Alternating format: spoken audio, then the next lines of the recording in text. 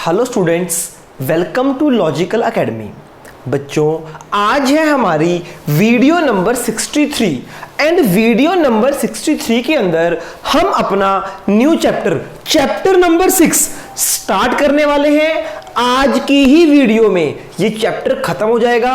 इसके 27 इलस्ट्रेशंस आपके होमवर्क होंगे, जिसमें से 10 या 20 इलस्ट्रेशन तो सिर्फ 1 घंटे के होंगे, 5 से 6 इलस्ट्रेशंस आपके बड़े होंगे। ओके बच्चे, आई होप आपको इतनी बात समझ आई। हमारा लास्ट चैप्टर था एडमिशन। मैं उम्मीद करता हूं आप सबने उसके क्वेश्चंस कर लिए होंगे।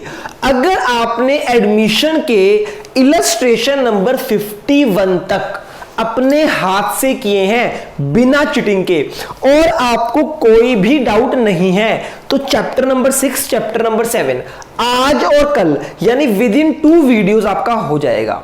बट अगर बेटा आपने चीटिंग की है या डाउट मुझसे नहीं लिए, तो बच्चे आपको कोई चैप्टर नहीं समझ आने वाला, सिर्फ फिर ये घास काटने वाला काम हो जाएगा।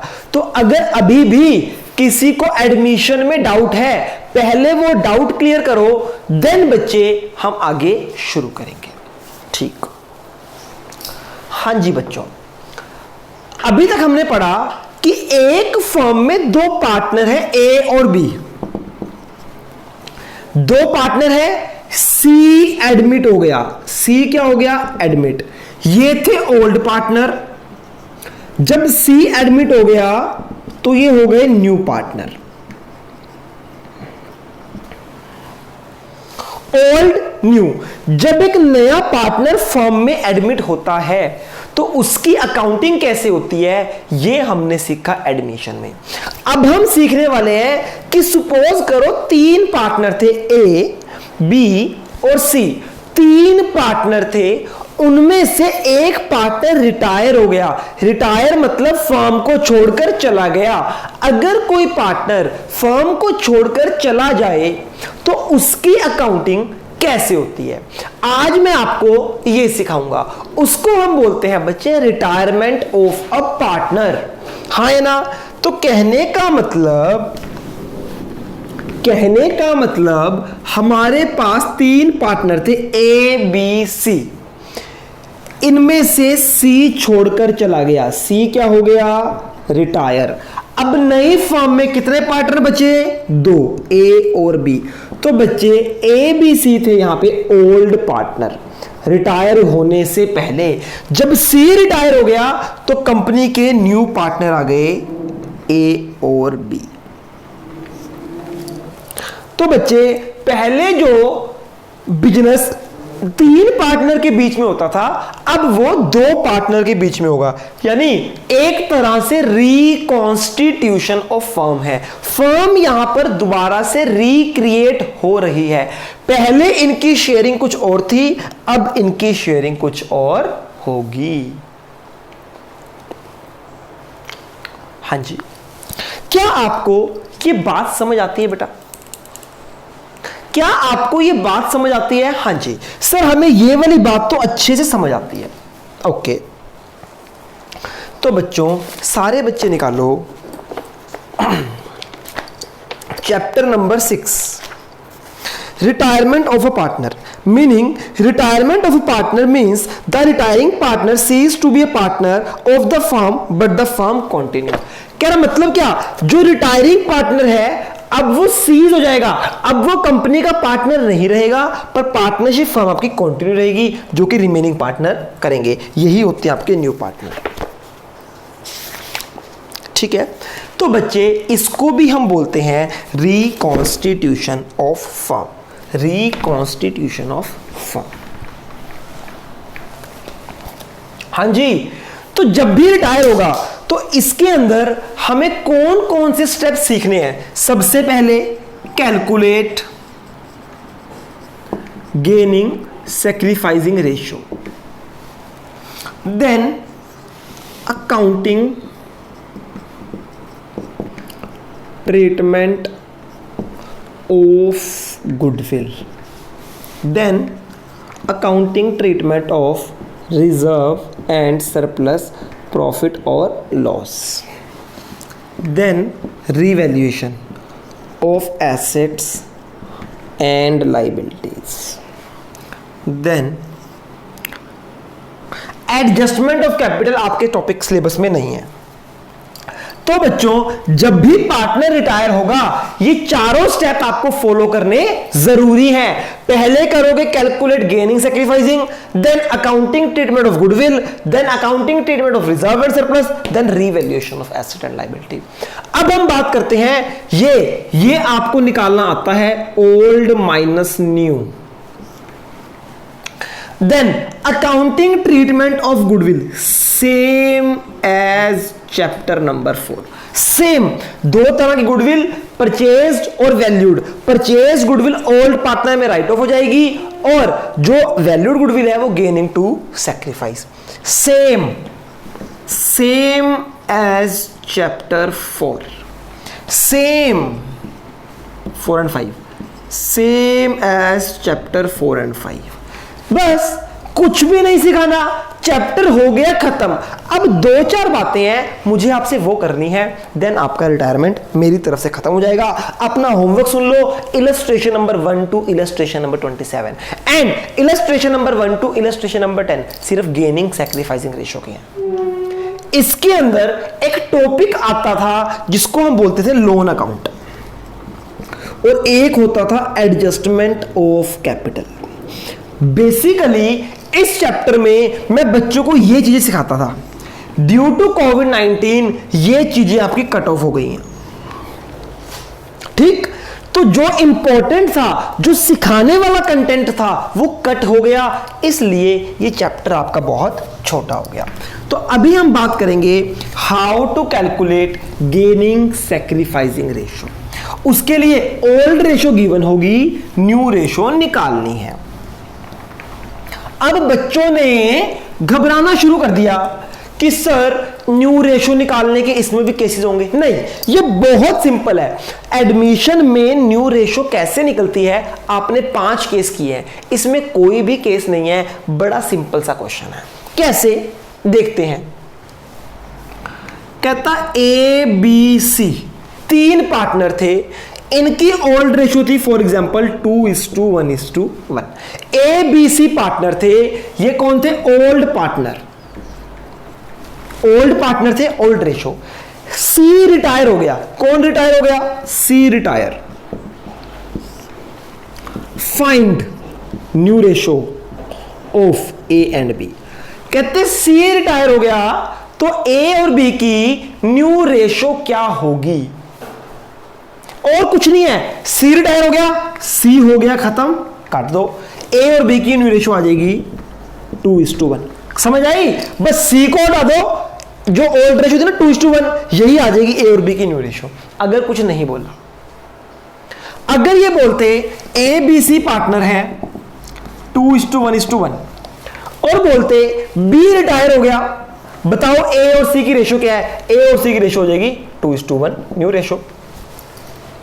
अगर ये बोले ए बी सी 3 पार्टनर 2:1:1, ये कहते ए रिटायर हो गया, बी और सी की न्यू रेशो, ए रिटायर, बी और सी की न्यू रेशो 1:1। बताइए क्या कोई दिक्कत है आपको बेटा?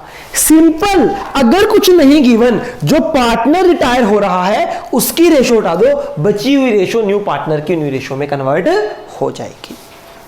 ओके, हाँ, कई बार क्वेश्चन में ऐसे गिवन होता है, उस केस में हमें न्यू रेशो निकालनी पड़ती है। आप सबने एडमिशन में किया। अगर तो क्वेश्चन सिंपल है कि ए बी सी 3 पार्टनर है, एक पार्टनर चला गया, रिमेनिंग पार्टनर की रेशो बताओ, तो सिंपल जैसे कराया वैसे होगा। अगर क्वेश्चन ऐसे हो ए बी सी 3 पार्टनर है, रेशो है 2:1:1, ये बोलते हैं C retire, calculate new ratio, फिर तो सिंपल है 2:1। पर अगर बोला सी रिटायर हो गया and his share equally taken by A and B, क्या बोल रहे हैं कि सी रिटायर हो गया और सी का जो शेयर है वो ए और बी ने इक्वल इक्वल ले लिया। सी रिटायर हो गया और उसका शेयर ए और बी ने ले लिया। अब सिंपल नहीं होगा क्वेश्चन, अब करना पड़ेगा। सी का शेयर कितना है 1/4, 1/4 ये है सीज शेयर। इस शेयर को जब सी चला गया तो सी का शेयर ए और बी ने इक्वल ले लिया, यानी आधा शेयर ले लिया इसका ए ने, आधा शेयर ले लिया बी ने। तो लिखो share taken by A, share taken by A ने कितना लिया, सी के शेयर का half, that is 1/8। Share taken by B, C के शेयर का हाफ।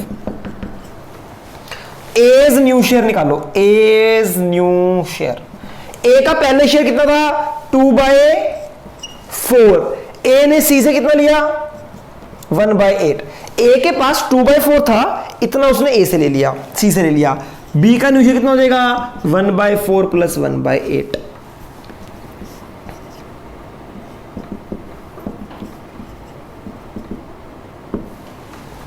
That is 5/8, 3/8। तो बच्चे ये आ गई रेशो 5:3। ए और बी की न्यू रेशो आ गई 5:3। समझ आई? अगर तो क्वेश्चन में कोई इंफॉर्मेशन नहीं है तो सी रिटायर, सी को छोड़ दो, ए और बी की रेशो। पर अगर क्वेश्चन में बोला है कि इसका शेयर इसने ऐसे ऐसे टेक ओवर कर लिया, फिर आपको निकालना पड़ेगा कि ए के पास नया कितना आ गया, सी के पास कितना आ गया। तो बच्चों illustration number 1 to illustration number 10 ये है आपके homework. Illustration 1 to illustration number 12, 1 से लेके 12 तक सिर्फ न्यू रेशो निकालनी है। हाँ जी बेटा हो गया। एक सेकंड, होमवर्क है कोई होमवर्क नहीं है किए नहीं करने हैं तो होमवर्क दिया भी तो होगा। वही वाले पुराने बच्चों वाले जो पिछली बार दिया वही क्वेश्चंस। अच्छा नेक्स्ट देखनी वीडियो नहीं, जाओ फिर। ओके एक मिनट बच्चों,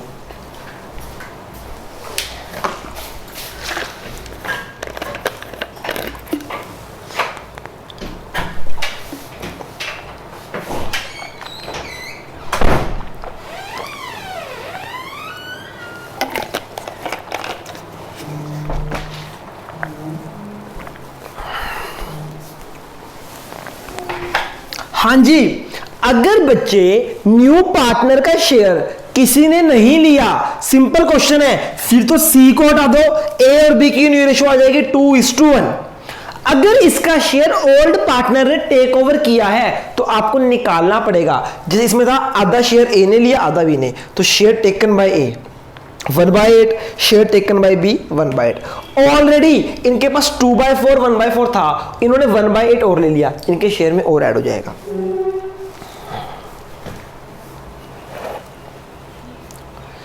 ठीक है जी, हाँ जी।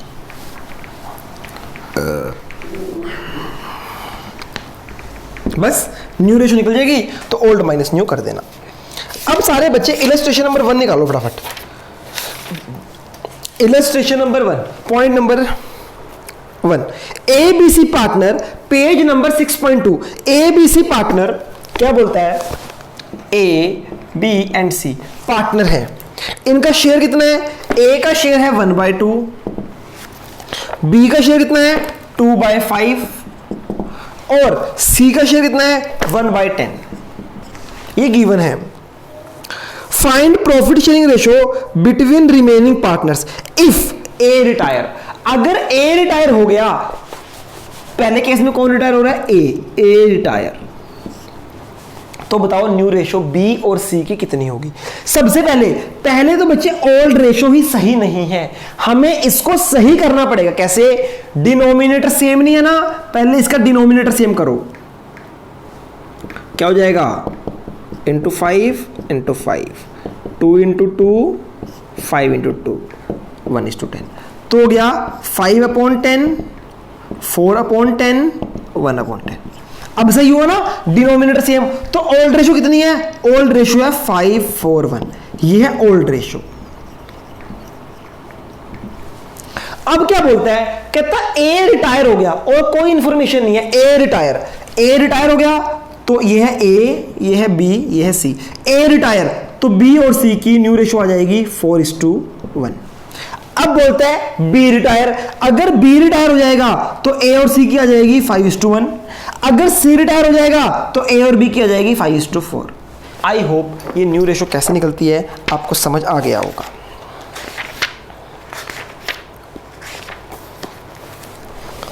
Okay,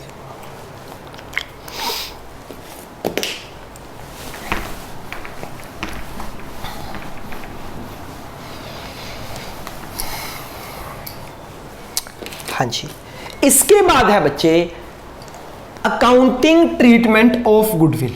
accounting treatment of goodwill बच्चे सेम एज चैप्टर नंबर 4, वही बातें गुडविल की चैप्टर नंबर 4 वाली। दो तरह की गुडविल हो सकती है, वैल्यूड, परचेज्ड। अगर है वैल्यूड, इसके दो सॉल्यूशन थे, एक था गेनिंग टू सेक्रीफाइस, एक था रेज एंड राइट ऑफ। इसमें अगर हम बात करें परचेज्ड, इसको करते हैं right of, old partner old ratio में सेम। और वैसे इस चैप्टर में आप वैल्यूड गुडविल का एक और ट्रीटमेंट कर सकते हो। रिटायरमेंट में वैल्यूड गुडविल का एक और ट्रीटमेंट कर सकते हो, पर आंसर सेम आएगा, इसलिए मैं आपको ये ट्रीटमेंट नहीं करा रहा। बस आप दो ही याद रखो जो आपने चैप्टर नंबर 4 में सीखे थे। ठीक बच्चे, उसके बाद ये हो गया आपका सेम चैप्टर नंबर 4 वाला है। एक भी क्वेश्चन मैं आपको इसका नहीं कराने वाला, आपको खुद करने हैं, आप कर सकते हो। हमने बहुत मेहनत की है, बहुत टाइम लगाया हुआ है। उसके बाद हम बात करते हैं, इसमें एक कॉन्सेप्ट आता है हिडन गुडविल। इसके नोट्स बना लो जी। हिडन गुडविल बहुत ही सिंपल सा कॉन्सेप्ट है, 2 मिनट में हो जाएगा। सारे बच्चे निकालो पेज नंबर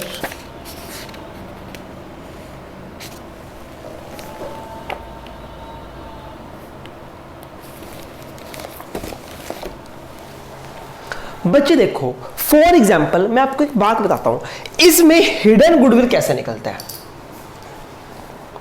बच्चे देखो, सी रिटायर हो रहा है, सी क्या हो रहा है, रिटायर।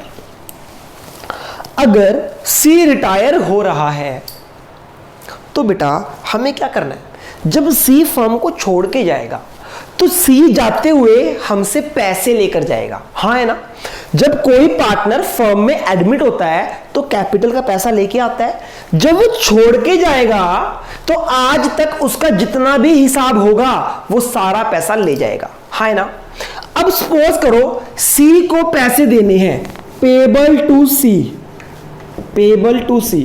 सपोज करो हमने सी को 2,20,000 रुपए देने हैं, 2,20,000। सी के आज तक 2,20,000 बनते हैं, तो हमने सी को कितने देने हैं, पेबल टू सी, सी को देने हैं 2,20,000 रुपए देने हैं, ठीक। और हम सी को दे कितने रहे हैं, पेड टू सी, हम सी को दे रहे हैं 2,50,000। पेबल टू सी देने हैं 2,20,000, पेड टू सी दे दिए, कितने दे दिए, दे दिए बच्चे 2,50,000। मुझे बताओ हम इसको 30,000 एक्स्ट्रा क्यों दे रहे हैं सर, ये हम इसको गुडविल का अमाउंट दे रहे हैं। सी की 30,000 गुडविल बनती है, फर्म की गुडविल नहीं, सीज गुडविल। तो कैसी आएगी हिडन गुडविल, देखो पेड टू सी 2,50,000 माइनस कर दो पेबल टू सी, पेबल थे 2,20,000, तो जितना एक्स्ट्रा दिया ये क्यों दिया, ये आ गई सीज गुडविल, हमने सी को उसकी गुडविल का दिया। समझ आई, क्वेश्चन में गुडविल नहीं थी, गुडविल हिडन थी, ये दो इंफॉर्मेशन गिवन थी, इन दोनों इंफॉर्मेशन की हेल्प से हमने निकाल लिया हिडन गुडविल। बस रिटायरमेंट में हिडन गुडविल ऐसे निकलती है। सारे बच्चे इलस्ट्रेशन नंबर 19 निकालो, page number 6.16। Amal, Bikki and Chandu are partner, profit sharing ratio 1:2:3।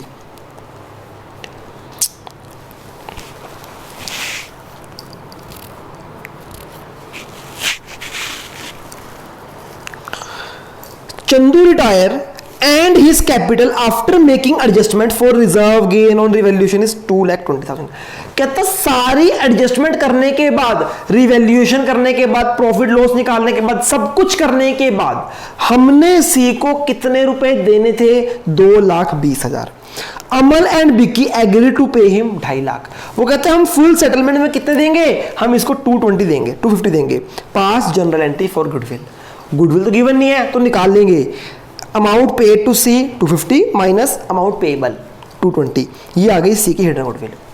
ये जो हिडन गुडविल है इसकी एंट्री हो जाएगी gaining to sacrifice. Gaining to sacrifice, gaining कितने हैं? 30 इंटू जो भी आपकी सैक्रिफाइसिंग रेशो आएगी उसमें 30,000 को डिस्ट्रीब्यूट कर देना।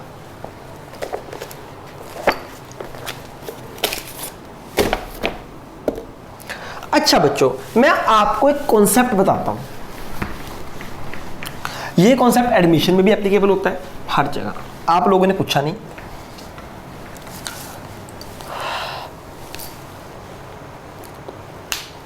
बच्चे देखो, यह है फर्म की गुडविल। सपोज करो 5 लाख फर्म की गुडविल। इधर है सी का शेयर, सीज शेयर 1/5। फर्म की गुडविल है 5 लाख, सी का शेयर है 1/5। तो सी की गुडविल कितनी हो जाएगी? सीज गुडविल, सी की गुडविल हो जाएगी 5 lakh into 1/5, that is 1 lakh. ठीक। और आपके पास ए एंड बी दो पार्टनर हैं। ए का है सी एडमिट हो रहा है बच्चे। सी क्या हो रहा है? एडमिट। आपको एडमिशन में पॉइंट बता रहा हूं, ये पॉइंट रिटायरमेंट में भी लग जाएगा। सी एडमिट हो रहा है 1/5 शेयर के लिए। ठीक है जी। ए है बच्चे 1/10 गेनिंग पार्टनर, बी भी है 1/10 गेनिंग पार्टनर। ठीक। और सी क्या है? सॉरी, सैक्रिफाइस पार्टनर, गेनिंग नहीं, सैक्रिफाइस। गेनिंग सी है ना, सी 1/5 गेन कर रहा है। ये एक नॉर्मल क्वेश्चन है, हाँ या ना? बच्चे देखो, see this this this this. आप जब एंट्री करते हो, for example gaining to sacrifice, gaining to sacrifice. अब देखो, अगर तो आप लोगे फर्म की गुडविल, इस गुडविल से एंट्री करोगे गेनिंग टू सैक्रिफाइस, तो बच्चे सी का कैसे निकलेगा? गेनिंग कौन है? सी। सैक्रिफाइस कौन है? A and B. अगर आप फर्म की गुडविल से एंट्री करोगे तो क्या एंट्री होगी? 5 लाख। सी में कितना जाएगा? ये टोटल फर्म की है, इसमें सी का शेयर कितना है? 1/5 इंटू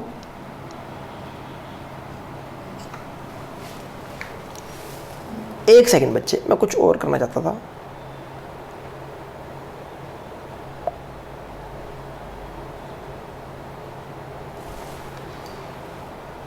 हाँ जी, सी का शेयर कितना है? 1/5। तो कितना हो गया? 1 लाख। सी में आ गया 1 लाख। ठीक है। और ए और बी कितनी आएगी? 5 लाख इंटू 1/10, दैट इज 50,000। ऐसे ही बी क्या जाएगी? 50,000।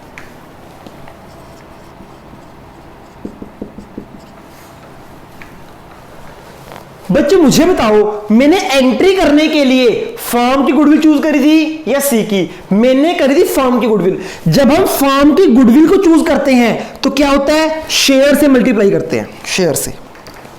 ठीक। अगर बच्चे इसी एंट्री को मैं इसकी गुडविल के साथ करता, मैं क्या करता? सी टू ए टू बी। मैं फर्म की गुडविल नहीं ले रहा हूं, मेरे पास सिर्फ सी की गुडविल है, तो कैसी एंट्री होगी? सी की गुडविल है 1 लाख। ठीक। और ये ए और बी में डिस्ट्रीब्यूट करनी है। अब बच्चे इसके शेयर से मल्टीप्लाई नहीं करेंगे, अब हम करेंगे सैक्रिफाइसिंग 1:1। अब इस रेशियो से मल्टीप्लाई करेंगे। कहने का मतलब जब हम फर्म की गुडविल से आंसर निकालते हैं, फर्म की गुडविल को मल्टीप्लाई करते हैं शेयर से 1/10 से।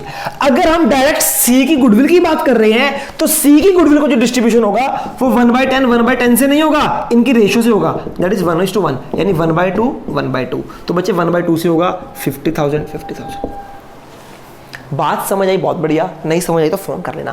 कहने का मतलब आप ये देखो, आप फर्म की अगर गुडविल उठा रहे हो एंट्री के लिए, तो फर्म की गुडविल के लिए शेयर से मल्टीप्लाई करोगे 1/10, अगर आप सिर्फ सी की गुडविल निकाल रहे हो तो सी की गुडविल गिवन है ऑलरेडी 1 लाख, तो आप इसको 1/5 से मल्टीप्लाई नहीं करोगे। क्यों? क्योंकि सी की गुडविल है 1 लाख और इस पूरी गुडविल को डिस्ट्रीब्यूट करना ए और बी में, तो ए और बी की सैक्रिफाइसिंग रेशियो में डिस्ट्रीब्यूट होगी, तो शेयर में नहीं होगी। आई थिंक ये पॉइंट समझ आया है। समझ आया तो बहुत बढ़िया, नहीं आया तो कोई बात नहीं, फोन कर लेना, उस पर करा दूंगा। चलो छोड़ो बच्चे छोड़ो। चलो जी, गुडविल निकल गई। नेक्स्ट रिटायरमेंट की बात करते हैं बच्चे। अपने चैप्टर पे वापस आते हैं। एक कॉन्सेप्ट याद आ गया था तो करा दिया। रिटायरमेंट।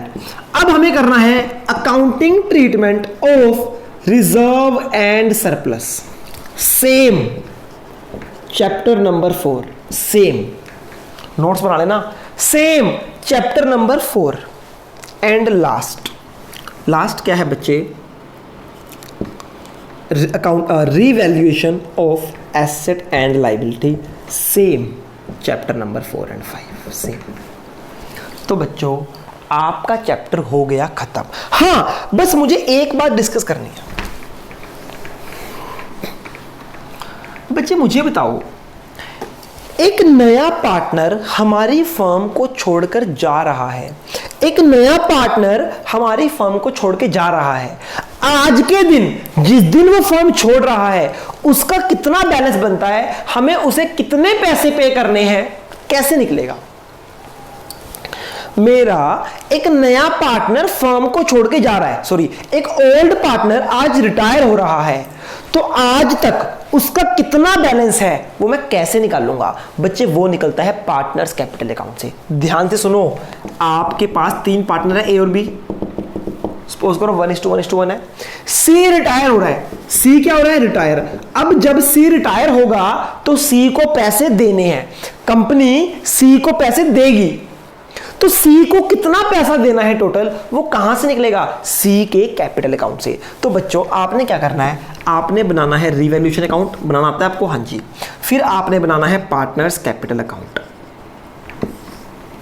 इधर आ जाएगा ओपनिंग बैलेंस, देन सारी एंट्री आ जाएंगी आपकी। सबका बनेगा पार्टनर्स कैपिटल, ए का भी बनेगा, बी का भी बनेगा, और जो रिटायर है सी का ही बनेगा। ठीक, फिर इधर भी एंट्रीज आ जाएंगी। यहां पे आता है आपका क्लोजिंग बैलेंस। जो क्लोजिंग बैलेंस होगा ना सी का, जो इसमें से माइनस करके आएगा, वो होगा पेबल टू सी। वो पैसा हमने सी को देना है। क्यों? आज की डेट की सारी एडजस्टमेंट करने के बाद जो सी को देना है वो क्लोजिंग बैलेंस, यानी कैपिटल अकाउंट का जो क्लोजिंग बैलेंस होगा ना, वो होता है जो सी को पे करना होता है।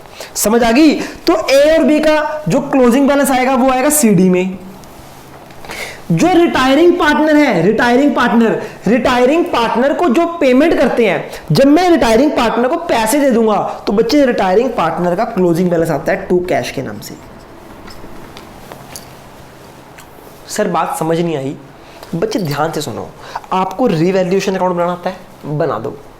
फिर आपको पार्टनर्स कैपिटल अकाउंट बनाना आता है? बना दो। जब आप पार्टनर्स कैपिटल अकाउंट बनाओगे और ए बी सी ओपनिंग लिखोगे, सारी एडजस्टमेंट कर दोगे। ठीक, जो पार्टनर रिटायर नहीं हो रहा जैसे ए और बी, उनका क्लोजिंग बैलेंस में आ जाएगा। पर जो पार्टनर रिटायरिंग है, जो आज फर्म छोड़ के जा रहा है, उसका जो भी क्लोजिंग बैलेंस है वो हमें पे करना पड़ेगा। क्या करना पड़ेगा? पे करना पड़ेगा। तो बच्चे उसके क्लोजिंग बैलेंस को सीडी में नहीं लिखेंगे, उसका जो भी क्लोजिंग बैलेंस आएगा हम लिखेंगे टू कैश, कि कैश हमने दे दिया। समझ आई? क्वेश्चन में लिखा होगा कि हम सी को पेमेंट कर रहे हैं, तो सी का जो भी क्लोजिंग बैलेंस है वो सीडी में ना जाके तो कैश में आ जाएगा।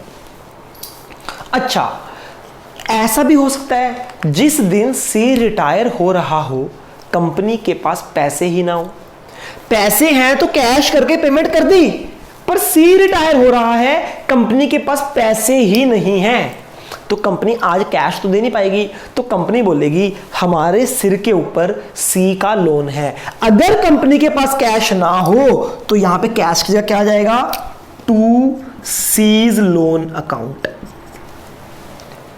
बच्चों आपका पूरा पार्टनर्स कैपिटल अकाउंट सेम बनेगा, पूरा रिवैल्यूएशन सेम बनेगा, सब कुछ सेम बनेगा, सिर्फ एक बात का ध्यान रखना है आपने। वो क्या बात है कि जब भी सी का रिटायरिंग पार्टनर का जो क्लोजिंग बैलेंस होगा वो या तो कैश में जाएगा या लोन में जाएगा। अगर क्वेश्चन में बोला है कि आज ही पैसे दे रहे हैं तो कैश, अगर बोला है आज पैसे नहीं दे रहे तो लोन। अगर कुछ नहीं बताया कि पता नहीं कैश में दे रहे हैं, पता नहीं लोन मान रहे हैं, अगर कुछ ना बताया हो तो हम कैश लेंगे या लोन, तो हम लोन लेंगे। समझ आई? अगर कुछ नहीं बताया, ये नहीं बताया आज पेमेंट कर रहे हैं या नहीं कर रहे, तो बच्चे लोन ही आएगा। तो बेटा सारे बच्चे इस लाइन को अंडरलाइन करो।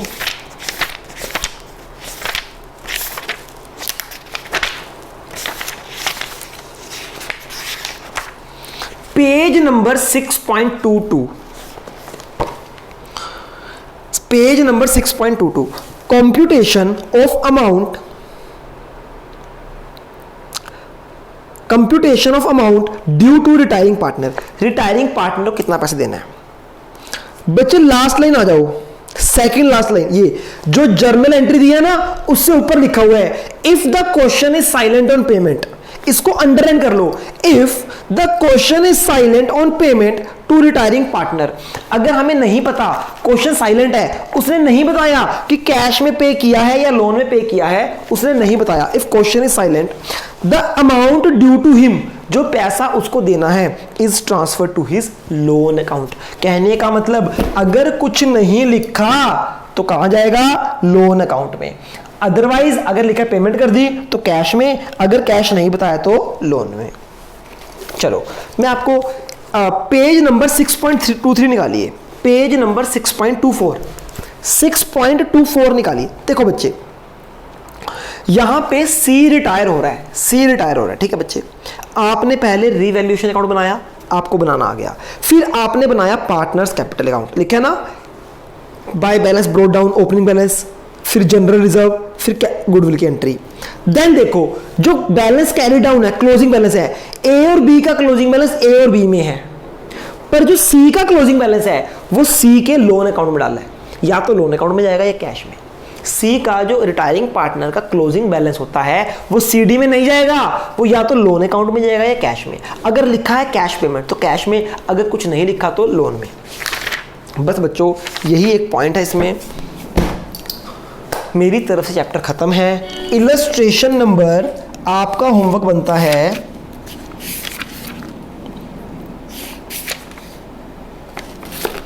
इलस्ट्रेशन 26, 1 to इलस्ट्रेशन 26 आज आपने कर लेना है। कल मिलते हैं, तब तक के लिए गुड बाय, टेक केयर।